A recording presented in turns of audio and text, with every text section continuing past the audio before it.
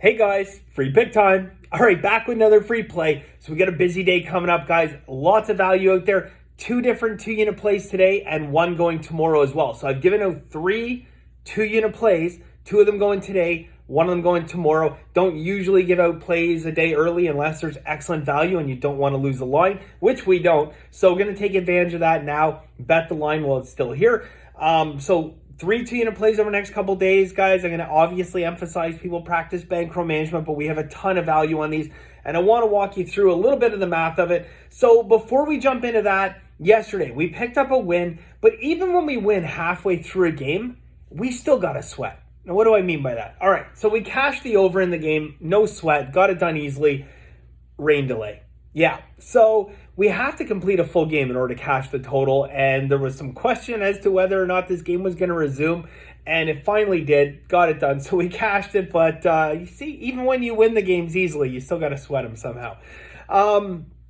So today, I got a baseball play for you. I want to walk you through the math, and I just want to talk about like watching some of the other, so-called professionals, and look, don't get me wrong, there's some excellent sports bettors on social media, but there's some god-awful scam artists as well. And I mean, there's a million different ways you can spot them. But at the end of the day, look, you're never going to find a professional that deals in certainties, okay?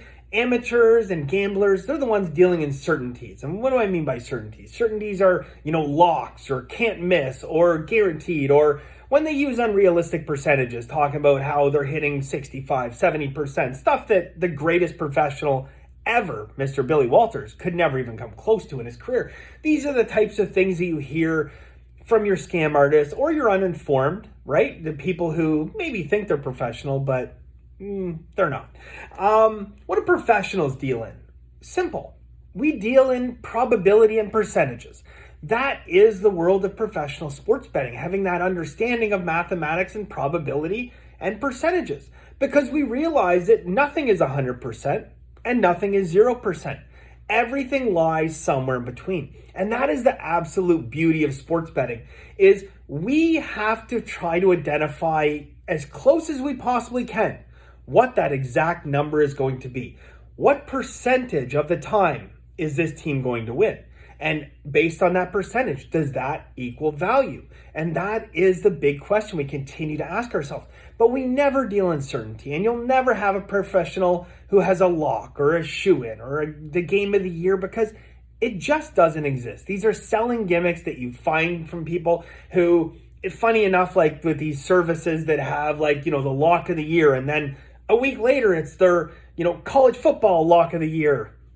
And then, it's their college basketball game of the month. And that's just all selling and BS, okay? And I think that, as we move forward in the information technology age, that we can really use this information that exists out there to try to understand what professional sports betting is all about. And that is why I do these educational videos. And, every single day someone gets triggered, and I like it, but every day someone gets triggered and said, oh my God, get to the pick, right? Because people don't like, spending 5 minutes to learn something every day. But that's unfortunately for them what this is going to be. So I want to talk a little bit about today's plays, and I want to do a mathematical breakdown and again, help you guys understand not only how we arrive at this decision, but how we can make decisions based on math by just basically going back over our plays and breaking them down percentage by percentage. So before we jump into that, quickly to identify why we have 3 different 2-unit plays coming up in the next 2 days. Well, these are all plays that sit, in and around anywhere from, minus 105 range up to the highest one is minus 130 and in between, right? So these are the types of plays, whether you're looking at totals or side bets or whatever, you're always wanting to take those numbers and convert them over to what that equals as a percentage. We know that the break even at minus 110 would mean you have to win 52.4%. So in order to have an edge, you need something higher than that. And in order to have, a half unit or a 1-unit play, you need something dramatically higher than that. And then you have 2-unit territory. And there's only one thing higher, which is 3 units. And it's rare. I mean, we're talking 1, maybe 2 a year, sometimes 0 throughout the course of the year. So the 2-unit play is the workhorse of the big plays, okay? And the 2-unit play is basically when everything lines up and everything looks great. And the 3-unit play is when you have perfection, when perfection is struck, and that doesn't happen often in sports. But when perfection strikes and, the Vegas is so wrong on the lines and that kind of stuff, okay? We're talking like, college football with a high total and there's going to be a blizzard with a crosswind of 30 miles an hour, right? These are the types of things we look for the 3-unit plays.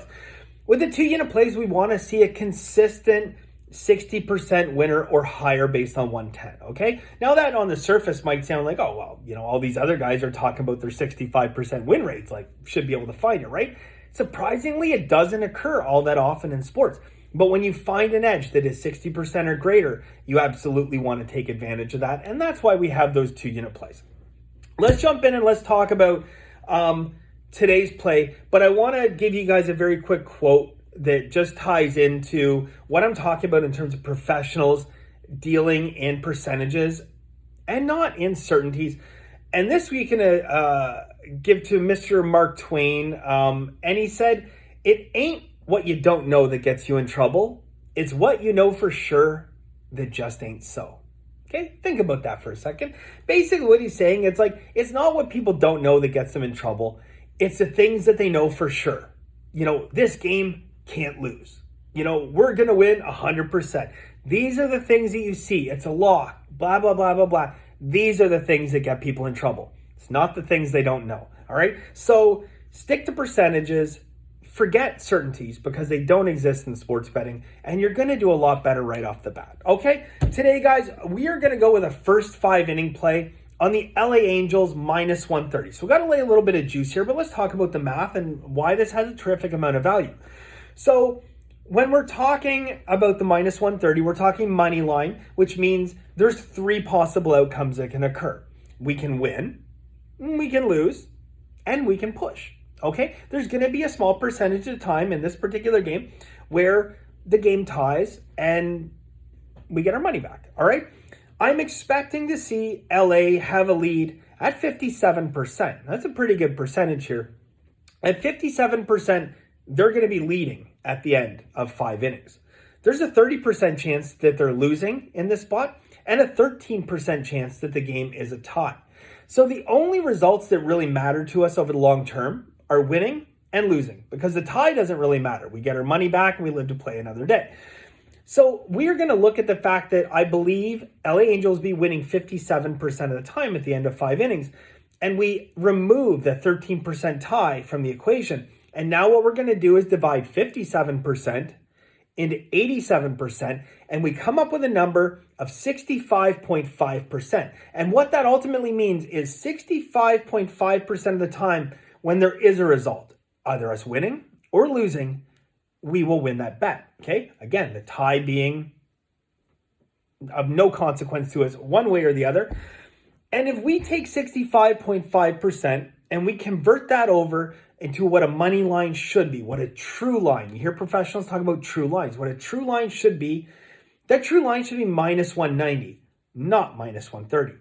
Now, we always want to factor in a margin of error. The number I use, as many of you guys know if you watch my videos, is 3%. If we factor in a 3% MOE, or margin of error, that would drop the expected win rate down from 65.5% down to 62.5%, moving our true line down to minus 167. Now, here's the true line at minus 167, even with a margin of error. And here's our line at minus 130. And that, my friends, in between is value. That is what we look for in sports betting. Overall, cap this as a full run advantage for the Angels. 3.3 runs on average the Angels will score over that first 5 innings compared to 2.3 runs for the New York Yankees. That is our edge, guys. That is, in a nutshell, what professional sports betting is all about. BenderWins.com. I mentioned it already, guys. We got 3 different 2-unit plays going over the course of the next 2 days. 2 of them today, 1 tomorrow. Practice bankroll management. Don't deal in certainties, guys. Good things will happen. Okay, BenderWins.com. Best of luck, and we'll see you soon.